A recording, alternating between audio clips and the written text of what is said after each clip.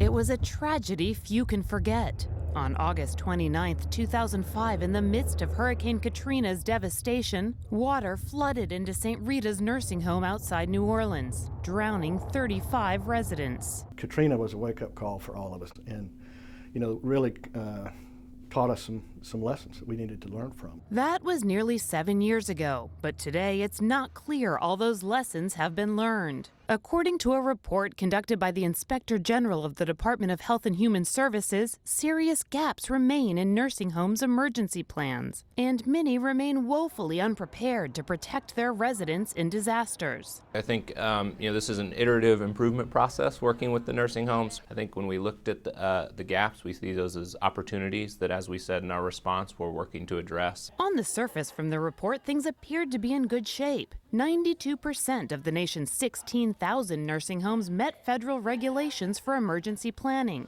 But a different story emerged when inspectors showed up for site visits at 24 selected homes in disaster-prone areas. 23 of those had no emergency plan for handling a resident's illness or death during an evacuation. 22 had no plans for replacing staff members unable to report for work. I think some of the most concerning gaps are around sort of staffing plans after preparedness. Transportation was another Achilles heel. None of the 24 homes had a plan for moving food and water for evacuated residents. More than 3/4 had no plan for transporting wheelchairs or similar equipment. But Tim Graves, whose Texas Healthcare Association represents about 500 nursing homes and assisted living facilities, takes issue with the report. He says nursing homes have made significant improvements in their disaster plans since Hurricane Katrina, and he points to preparations for 2008's Hurricane Gustav to make his point. In that case, 93 nursing homes evacuated 8,000 patients with no injuries.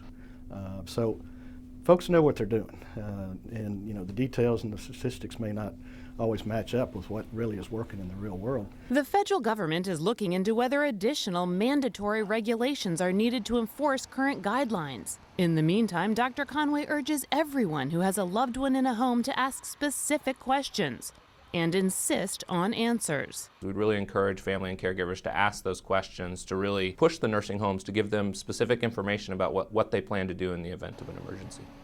Kelly Daschle, Associated Press.